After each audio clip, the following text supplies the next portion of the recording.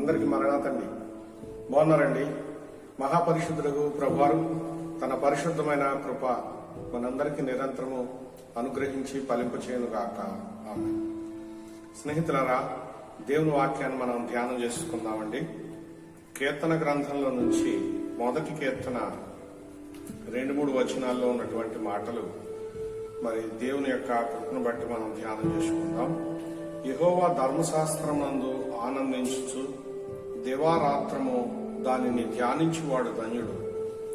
అతడు నీటి కాలువ యారను నాటబడినదై ఆకువాడక తన కాలమందు ఫలమిచ్చు చెట్టు వలె నుండును.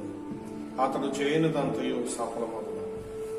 ప్రియమైన స్నేహితులారా, సర్వశక్తివంతుడైనటువంటి దేవుడు ఇక్కడ మనకు సెలవిచ్చినటువంటి ఈ యొక్క సందేశాన్ని మనం చూసినట్లయితే గనక, యెహోవా అనగా దేవుడు అనుగ్రహించినటువంటి వాక్యము ధర్మశాస్త్రం అనగా దేవుని నోటి మాటలు అనగా దేవుని వాక్యం. మానవులమైన మనకు దేవుడు ఆజ్ఞలను ప్రసాదించాడు.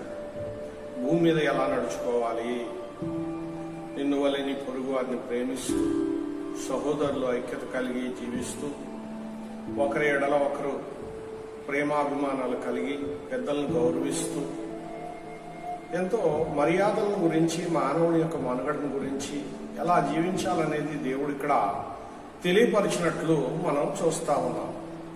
ప్రియ స్నేహితులారా, సర్వశక్తివంతుడైనటువంటి దేవుడు తన ప్రజలైన ఇశ్రాయేలీయులకు ఐగుప్తు దేశాన్ని విడిచిపెట్టిన తర్వాత ఈ కట్టడలను, ఈ విధులను ఆయన మార్గమధ్యమందు సీనాయి కొండ మీద మోషే గారు మండుచున్నటువంటి అగ్నిలోనికి 40 దినములు వెళ్లి ఆ 40 దినములు అగ్నిహోత్రుడైనటువంటి మహాపరిశుద్ధుడైన దేవుని సన్నిధానములో ఆయన నిద్రపోకుండా, నీళ్లు త్రాగకుండా ఆయన మోకాళ్ళేసి దేవునికి చేతులు జోడించి దేవుని యొక్క మాటలను శ్రద్ధగా వింటున్నప్పుడు దేవుడే తన చేతులతో పలకలను 2 పలకలను తీసి ఆ 2 పలకల మీద ఈ ధర్మశాస్త్రాన్ని ఆయన వ్రాయడం జరిగింది. ప్రియమైన స్నేహితులారా, ఇది ఎవరు నేర్చుకోవాలి అంటే భూలోకంలో దేవుని పోలికలో ఉన్న మానవులు నేర్చుకోవాలి.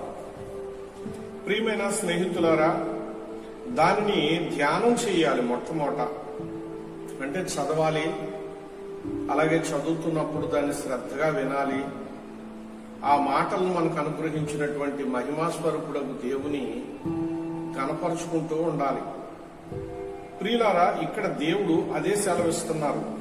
యెహోవా ధర్మశాస్త్రమునందు ఆనందించుచు దివారాత్రము దానిని ధ్యానించువాడు ధన్యుడవుతాడు అన్నారు. అక్కడ ఏ విధమైనటువంటి పాపములైనా తొలగి, స్వబుద్ధి తొలగి దేవుని మాట ప్రకారంగా నడవాలనేటటువంటి మంచి తీర్మానము ఒకటి చక్కగా మానవుల్లోకి వస్తుంది.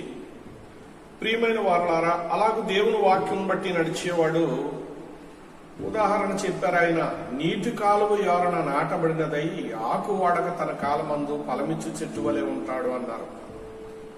నీళ్లు లోటు లేకుండా ఉండేటటువంటి చెట్లు చక్కగా ఫలిస్తాయి. కాలువ వారన నాటినటువంటి చెట్లు చక్కగా ఫలిస్తాయి. ప్రియమైన స్నేహితులారా, ఎందుకంటే కావలసిన నీళ్లు సమృద్ధిగా ఉంటాయి గనక ఎంత ఎండగాసినా గాని అవి ఎండిపోకుండా చక్కగా ఫలాలు ఇస్తూ ఉంటాయి, పచ్చదనాన్ని కోల్పోవు. అలాగే ఇక్కడ చెట్టు అనగా దేవుడు మానవునికి పోలిక చేసి మాట్లాడుతూ ఉన్నాడు. ఇక్కడ మానవుడు ఫలించాలి అంటే దేవుని వాక్యం అనేటటువంటి నీళ్లను ప్రతిదినము అతడు త్రాగుతూ ఉండాలి. అంటే వింటూ ఉండాలి, చదువుతూ ఉండాలి. అప్పుడు అతడు ఫలిస్తాడు. ప్రియమైన స్నేహితులారా, అతడు చేయనిదంతా సఫలమగును అన్నారు.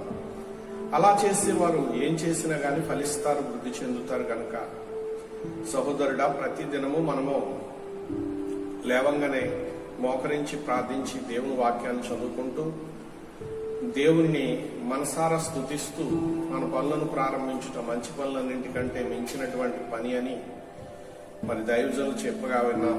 ప్రియ స్నేహితులారా, దేవుని కృపను బట్టి మీరు నేను మనం అంతా వృద్ధిలోకి రావాలంటే దేవుని వాక్యాన్ని వినాలి, దేవుని వాక్యం మీద ఆనుకోవాలి. అప్పుడే ఫలించి వృద్ధిలోకి వస్తాం.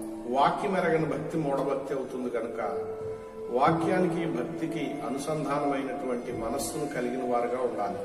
అట్టి దీవెన మనల్ని అభివృద్ధిలోకి నడిపిస్తుంది. అట్టి అభివృద్ధి ప్రభువైన క్రీస్తు మన అందరికీ ప్రసాదించును గాక. ఆమె చిన్న ప్రార్థన చేసుకుందామండి. ప్రాణప్రియుడైన యేసుక్రీస్తు ప్రభువానికి స్తోత్రములు. నాయన, యెహోవా ధర్మశాస్త్రమందు ఆనందించేవాడు ధన్యుడని చెప్పి సెలవిచ్చారు. ఆ వాక్యాన్ని చదివేవాడు ధన్యుడు, వాక్యాన్ని వినేవాడు ధన్యుడు, వాక్యాన్ని ప్రకటించేవాడు ధన్యుడు, వాక్యాన్ని ధ్యానించేవాడు ధన్యుడని ఎన్నో ధన్యతల గురించి నువ్వు సెలవిచ్చావు.